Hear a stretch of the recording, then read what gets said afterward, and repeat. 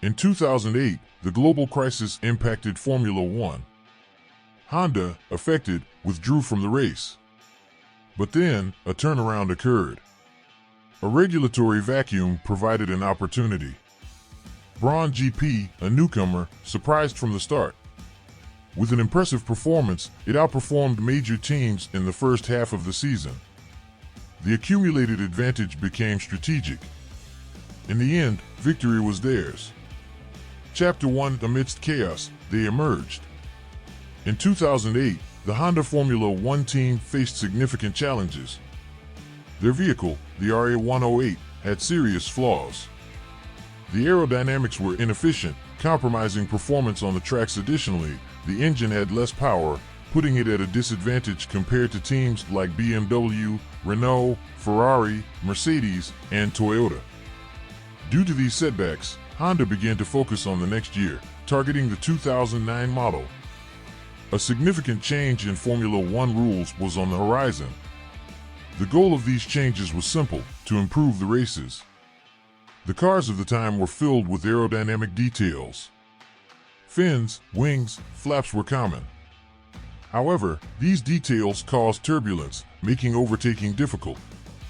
To address this, several modifications were proposed. Some changes included widening the front wing, narrowing the rear wing, and prohibiting many fins. The diffuser was also simplified.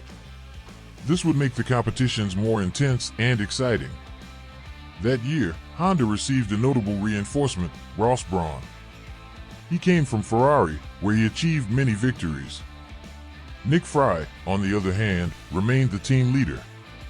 The RA109, the successor to the problematic RA108, began development in early 2008. Despite all adversities, the dedication of the technical team never waned. However, in December, surprising news came: Honda would exit Formula One. The reason? The global financial crisis. Maintaining a team of 600 professionals and a base in Brackley became unsustainable for the Japanese company. There were attempts to sell. David Richards, Carlos Slim, and Richard Branson showed interest.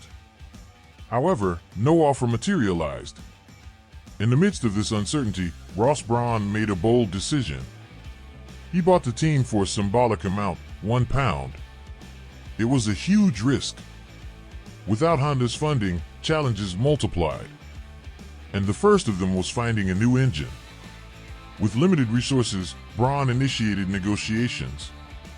Several manufacturers showed interest. But in the end, Mercedes emerged victorious.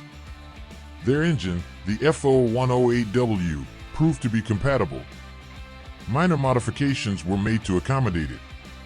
During this period, rumors circulated. Many believed that Bruno Senna would be one of the drivers. However, in the end, the decision was to retain Jenson Button and Rubens Barrichello. They would be responsible for driving the hope and determination of a team that refused to give up. Chapter 2. The name choice. The Formula One team, amidst an ownership change, faced a challenge: the need for a new name. In the brainstorming of options, Tyrrell and Pure Racing emerged. However, one choice was not so simple. Mercedes, a giant in the automotive industry, intervened regarding the option Pure Racing.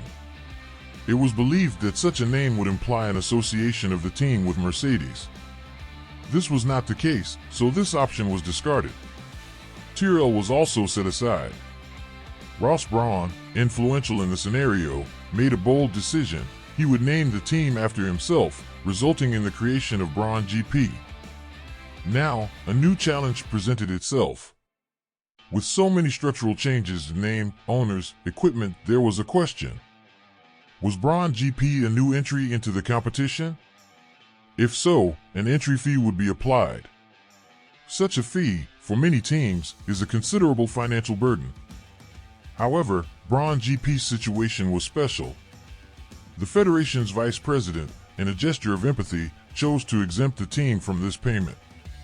It was a palpable relief, especially when the team was already facing financial adversities that prevented them from using the KERS system in 2009, even though Honda had it ready. As the start of the season approached, Barcelona was the stage for preseason sessions in March.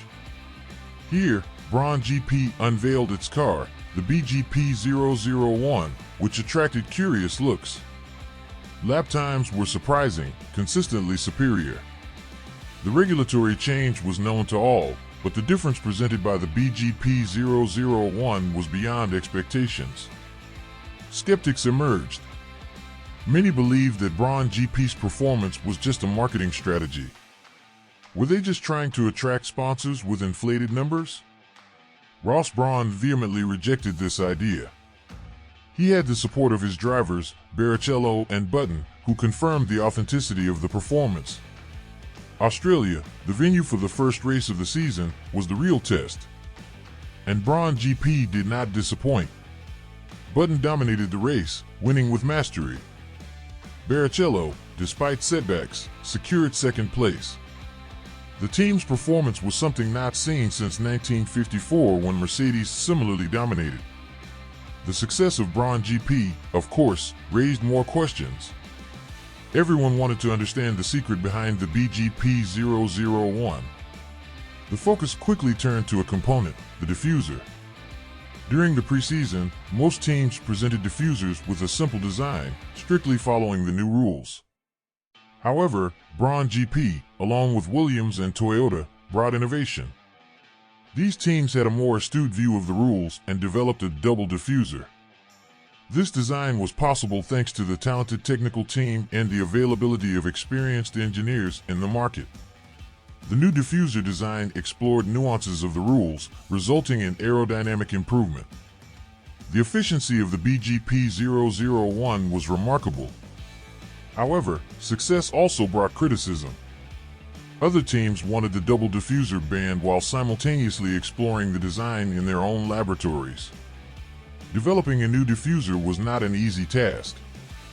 It required time, resources, and significant adjustments to the car's design. While rival teams adapted, Brawn GP capitalized on its advantage. The team continued to shine. Button won consecutive races, establishing Brawn GP as a dominant force.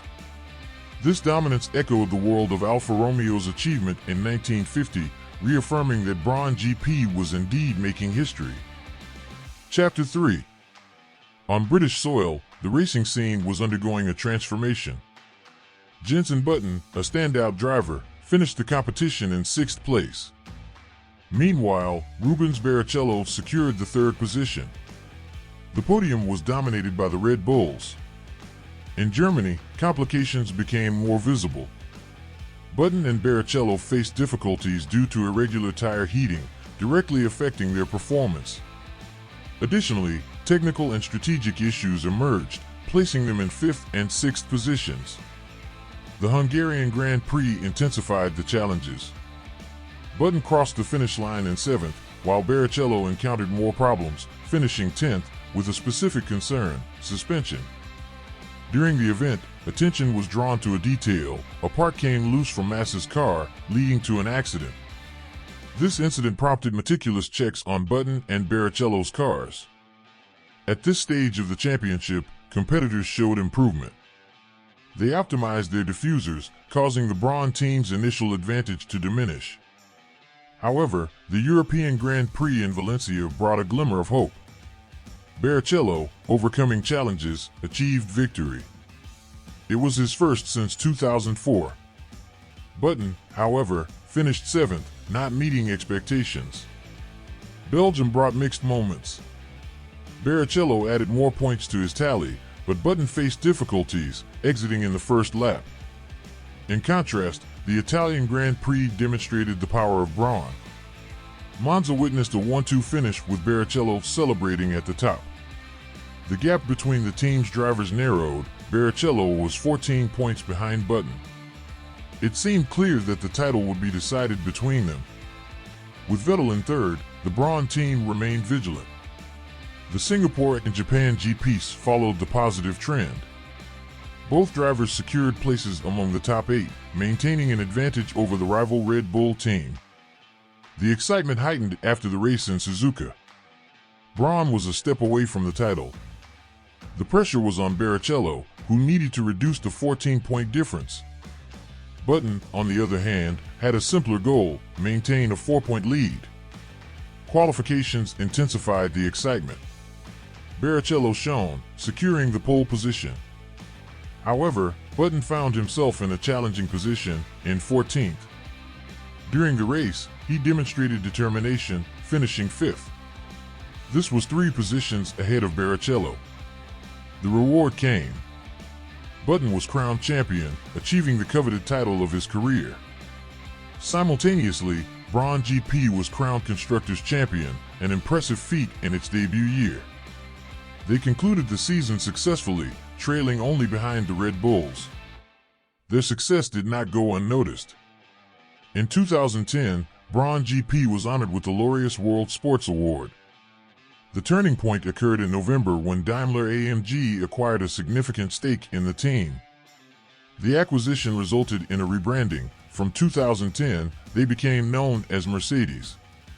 Under the leadership of Ross Brawn, the team excelled, becoming the only Formula One team with a 100% success rate in its debut.